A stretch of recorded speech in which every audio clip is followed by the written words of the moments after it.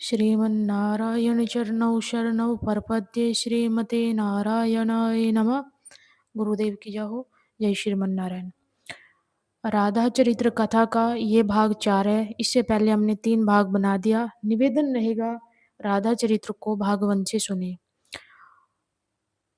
अनंत कृपा करने के उपरांत किशोरी जी ने आपको यह अवसर प्रदान किया। इतनी अनंत कृपा की है और आपको अवसर दिया है कि राधा जी का नाम जाप कर लो। और समस्त सखा सखी से निवेदन है कि किशोरी जी से एक रिश्ता जरूर बनाइएगा। राधा चरित्र सुनते समय एक बात का आश्वासन जरूर देंगे, आश्वासन नहीं सत्य कहेंगे आपसे कि राधा जी की आप पर कृपा है सभी पर, जो राधा चरित्र सुन रहे हैं फिलहाल के टाइम पर।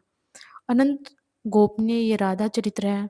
खुद राधा चरित्र में आएगा कि सभी पात्र नहीं बन पाते राधा चरित्र सुनने के और दूसरा सुनाने के। अहो भाग्य होते हैं जो सुनाता है और अहो भाग्य होते हैं जो सुनता है। सो अति दुर्लभ जो सुने और जो सुनावे। सो कृपा है किशोरी जी की आप पर, यह बिल्कुल स्पष्ट है। आज हम ब्रजमंडल देश रसिया जो है वो किशोरी जी को ब्रजमंडल दिखाएंगे। कैसे दिखाएंगे, किस तरीके से दिखाएंगे, वो सब कुछ आपको हम बताने वाले हैं। देखिए, जब श्री राधा चरित्र जो है, राधा जी की तो इतनी कृपा है कि ये युगल सरकार की कृपा ना हो तो जन्म भी शायद मनुष्य योनि में प्राप्त ना हुआ होता। पूछा जाता है कि ब्रज का अर्थ क्या होता है, तो बताया कि ब्रह्मा का अर्थ भी होता है व्यापक, यानी ब्रह्मा और ब्रज दोनों ही है। इसको ऐसे समझो जैसे ब्रह्मा ही ब्रज के रूप में पहले ही पृथ्वी पर अवतार ले चुके हो। गलबैया डाले युगल सरकार ब्रजमंडल देखने के लिए जा रही है। देवताओं ने जब युगल सरकार के दर्शन किए तो आनंद का ठिकाना नहीं था, क्योंकि संग में किशोरी जी भी आज ठाकुर के संग आर्या को दृश्य देख करके जो देवतागण थे उनका आनंद का ठिकाना नहीं था। हमें भी ब्रजमंडल में जन्म लेने का सौभाग्य मिलना चाहिए। ये किसने कहा? देवताओं ने कहा।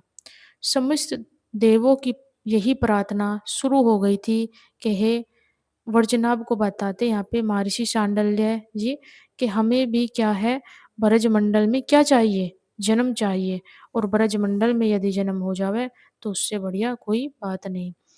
देखिए, ग्वाल वालों को जो श्री ठाकुर जी है, ठाकुर जी ने यहाँ पे क्या देखा कि आप ब्रह्मा जी और पुरोहित की जो पदावली है उसको संभालिए। और ब्रजमंडल एक ऐसी भूमि है जो प्रेम की भूमि इसको बोल लेंगे आप। प्रेम है यहाँ पे ब्रज में, सिर्फ आपको एक ही चीज प्राप्त होगी, वो क्या है? प्रेम। बोले गवाल वालों के यहाँ भी ईश्वर अवतार लेकर के आ रहे हैं। गवाल वालों के यहीं पर तो अवतार लिया किसने? ठाकुर जी ने लिया था। पहले से बता दिया कि जो गवाल वाल है उनके यहाँ पर स्वयं ठाकुर जी विराजेंगे, भगवान ही विराजेंगे। और मेरी ओर देख करके मुस्कुराई किशोरी जी।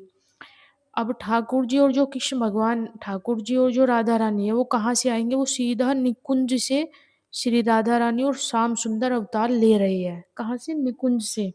सीधा निकुंज से आए हैं श्याम सुंदर और राधा जी। अवतार होने का देखिए अब क्या क्या आया, आनंद आएगा। ऐसा किस तरीके से अवतार लिया, बड़ा गोपनीय, बड़ा मधुर ये पूरा प्रसंग रहेगा। बताया कि मेरे आनंद का कोई ठिकाना नहीं था, मैं नाच उठा। क्या ऋषि वशिष्ठ जी के सामने मेरा भी भाग्य उदय होने वाला है, शायद उनसे ज्यादा, क्योंकि राम अवतार एक मर्यादा का अवतार था, पर ये अवतार तो विलक्षण है। प्रेम प्रेम की कीड़ा है इस अवतार में, ये कहते हुए हंसे थे विधाता। महर्षि शांडल्य रामा अवतार लीला नायक प्रधान थे, पर ये लीला नायिका प्रधान है, क्योंकि प्रेम की लीला में नायक गुण होता है। विधाता ब्रह्मा ने मुझे सब कुछ समझा दिया था, वही मिलेंगे आपको पूर्व जन्म गोप। उनके गोकुल में ही आपको पुरोहित कर्म करना होगा, यानी आपको उनका पुरोहित बन करके रहना होगा। विधाता को इससे ज्यादा कुछ समझ में ना आया और ना ही उन्होंने समझने का प्रयास किया। इसके बाद में वो अंत धैर्य हो जाते हैं। हे वर्जनाभ, यहाँ पे जो वर्जनाभ नाम आता है ये कृष्ण भगवान के प्रपौत्र है। और कृष्ण भगवान के जो प्रपौत्र हैं उनको महर्षि शांडिल्य जी ये राधा चरित्र संपूर्ण श्रवण करा रहे हैं, सुना रहे हैं। मैंने विलंब करना उचित नहीं समझा और हिमालय से नीचे उतरते हुए ब्रजमंडल की ओर चल पड़ा था। महर्षि शांडिल्य आज अपने बारे में बता रहे थे वर्जनाभ को कि कैसे वो ब्रजपति नंद राय के कुल पुरोहित बने। इसका वर्णन करते हुए कितने भावों में डूबे थे महर्षि आज। हे वर्जनाभ, मैं मथुरा आया, मुझे अच्छा लगा यहाँ आकर। क्यों? पूछा कि क्यों अच्छा लगा? कि मैं सोचता हुआ आ रहा था कि नगर के वातावरण से मुझे बहुत अधिक घृणा हो गई। हर तरह का प्रदूषण फैला रहता है नगर में। फिर कोलाहल तो है ही। मुझे तो हिमालय की आबो-हवा ही अच्छी लगती थी, पर मथुरा नगरी में आकर के मुझे अच्छा लगा। महर्षि उग्रसेन ने मेरा स्वागत भी किया था। आचार्य गर्ग की एक कुटिया में कुछ घड़ी ही रुका, फिर गोकुल गाँव की ओर चल पड़ा था। कितना सुखद और प्रेमपूर्ण ऊर्जा थी इस गाँव की। मेरा मन आनंदित हो उठा। मोर नाच रहे थे, पक्षी बोल रहे थे, बंदर उछल-कूद कर रहे थे। वृक्षों में सुंदर-सुंदर गायें, सुवर्ण सी उनकी सींगें मुड़ी हुई थी, चांदी से उनके खुर मुड़ मुड़ दिए गए थे मढ़ दिए गए थे। ये सब भाग रही थी आनंद से इधर-उधर। ग्वाल-वाल उनके पीछे उनको संभालने के लिए दौड़ रहे थे और जो मेरा हृदय है वह काँप रहा था उस पवित्रतम भूमि में पैर रखते हुए। कहीं इस भूमि की कोई चींटी भी न दब जाए। यहाँ की रज कितनी कोमल, सुगंधित, पवित्रम और वृक्षवलिया घनी थी। यानी जो ब्रज की यहाँ पे जो महर्षि शांडिल्य ऋषि है वो भी इस बात को स्पष्ट बोल रहे हैं कि मैं जब ब्रज में पैर रखा तो मेरे पैर काँप रहे थे। खुद इतने महान संत हैं, खुद भगवान का ही अवतार है। वो इस बात को कहते हैं कि मैं जब ब्रज में पैर रखा तो मेरे पैर काँप रहे थे कि कोई चींटी पैर से ना दबे और दबने मात्र से अपराध हो जाएगा। उसके बाद में यहाँ पे बताया कि यहाँ की जो रज है वो कोमल है, उससे भी अच्छा है कि वो सुगंधित है, जो खुद कृष्ण और राधा जी का अनुभव आपको वहाँ पे ब्रज में कराती है। फिर बताया कि यमुना के किनारे बसा गाँव था, ये गोकुल गाँव था। तभी मैंने देखा कि सामने एक सुंदर से प्रौढ़ ग्वाल को जो सुंदर पगड़ी पहने हुए थे, उनके साथ कई ग्वाल-वाल थे, सबके हाथों में थाल थी। उसमें क्या था ये मुझे नहीं पता था उस समय। हाँ, रेशमी वस्त्र से ढका हुआ वो थाल था। मैं गोप, मेरे साथ मेरे ये 9 पुत्र हैं और कुछ मेरे मित्र और सेवक हैं। हे महर्षि, आज हमारी विधाता ने सुन ली, हम धन्य हो गए। वर्षों से हम लोग इसकी आशा में थे कि हमें कोई देव यज्ञ पुरोहित मिले। आज हमें आप मिले हैं। कितने भोलेपन से कहा था गोप ने और उस थाली को मेरे सामने रख दिया था। किसी मुक्ति मोती, किसी में मेवा इत्यादि। किसी थाल में तो मोती था और किसी थाल में मेवा था। किसी में अलग-अलग प्रकार के मोरों के पंख थे, किसी थाल में स्वर्ण की और रजत की गिन्नियाँ थी और अपना परिचय भी कितनी जल्दी दिया था गोप ने। क्या दिया कि राजा देवमीढ़ के 2 विवाह हुए थे, एक क्षत्रिय की कन्या से और एक वैश्या कन्या से। क्षत्रिय कन्या से शूरसेन हुआ और वैश्य कन्या से मैं, यानी मेरे पिता ने भाग कर दिया, बँटवारा कर दिया। गोधन, कृषि कार्य ये सब मेरे भाग में दिया और राज्य राजनीतिक शूरसेन को, शूरसेन यानी मेरे भाई हैं, उनको तो अच्छे पुरोहित मिल गए, आचार्य गर्ग। यहाँ पे जो शूरसेन है, उनके आचार्य कौन हैं? उनके आचार्य हैं यहाँ पर गर्ग। पर हमें बड़ी चिंता थी कि हमारे पास कोई पुरोहित नहीं, अब आप आ गए हो, हमारा मंगल ही मंगल होगा। आपसे निवेदन है, आप अपनी बात रखें। 9 पुत्र थे गोप के, पर सबसे छोटे पुत्र थे नंद। मैंने उन्हीं को देखा था, 5 वर्ष के थे वो, पर सबसे तेजवान और मुस्कुराहट बहुत अच्छी थी। सबने मेरे पैरों को छुआ। गोकुल गाँव के लोग कितने भोले-भाले थे, सब मेरा ही ख़्याल रखते थे। समय बीतने में क्या देरी लगती है और वह दीर्घजीव होने का वरदान मुझे मिल गया। नहीं तो सब समय अनुसार वृद्ध और मृत्यु को प्राप्त हो ही रहे थे। वृद्ध को चले थे गोप। अब मुझे बुलावा आया कि मंत्रण के लिए कि मैं जब गया तो मुझे देखकर वहाँ बड़े-बड़े जो सभ्य पुरुष थे वो सब खड़े हो गए। ये हमारे प्रिय मित्र हैं महीबान और सभी का परिचय कराया। ये बरसाना के अधिपति है और ये मेरे पुत्र वृषभान है। महीभान कितने सरल है। यहाँ पर जो महीभान है ये राधा रानी के दादा है और वृषभानु जी राधा रानी के पिताजी हैं। बताया मृत थे और ये इनके पुत्र। मैंने देखा तेज इनका इतना था। वृषभानु जी के मुखमंडल को जब मैंने देखा तो मैं देखता ही रह गया उस बालक को।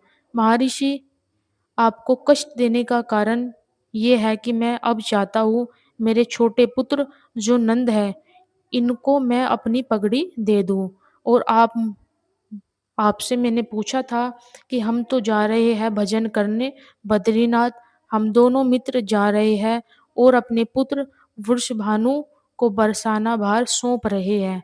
यहाँ पर जो बरसाना है ये किशोरी जी का निजी धाम है जहाँ पर किशोरी जी विराजी है। किशोरी जी के पिता का नाम वृषभानु जी है और वृषभानु जी के जो पिता है वो महीभान है। तो यहाँ पर जो महीभान जी है, महीभान जी कह रहे हैं कि मैं अपना जो भार है, जो अपनी पगड़ी है वो मैं वृषभानु को देना चाहता हूँ क्योंकि वह भजन करने के लिए बद्रीनाथ जा रहे थे और बरसाना का सारा ज़िम्मेवारी वृषभानु जी को सौंप रहे थे।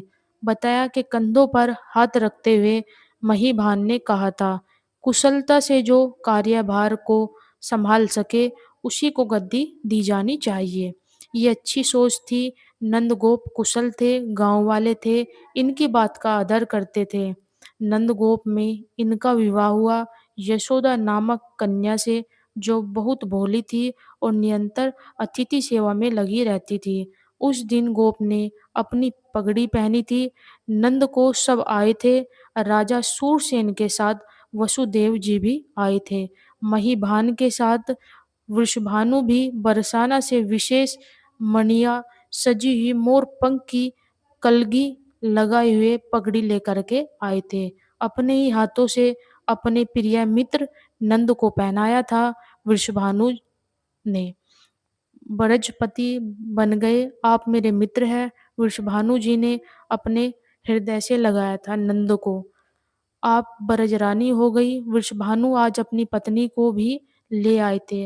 वृषभानु जी की पत्नी का नाम क्या है? उनका नाम कीर्ति जी है, यानी ये राधा रानी की माता जी है। वही यशोदा के गले लगते हुए बोली थी, आप भी कुछ भी कहती हो, भोली बहुत है ब्रजरानी यशोदा मैया। कीर्ति मैया यशोदा मैया को कह रही है कि आप काफ़ी भोली है। और यहाँ पर सभी जानते हैं कि यशोदा मैया का मुझे परिचय देने की कोई ज़रूरत नहीं है, वो ठाकुर जी की माताजी है। और यहाँ पर जो कीर्ति मैया है, थोड़ा-सा कीर्ति मैया को कम जानते हैं, इसलिए हमने किशोरी जी की माताजी का नाम बताया, उनके पिताजी का और उनके जो दादा थे उनका नाम भी आपको बताया। मैं भी कामना कर उठा था भगवान नारायण से कि नंदगोप के पुत्र हो। नंदगोप चाहते थे कि उनके यहाँ पुत्र हो। मुझे अब हँसी आती है, संतान गोपाल मंत्र के मैंने कितने अनुष्ठान कराए थे। यानी संतान गोपाल मंत्र जो होता है उनके अनुष्ठान कराए।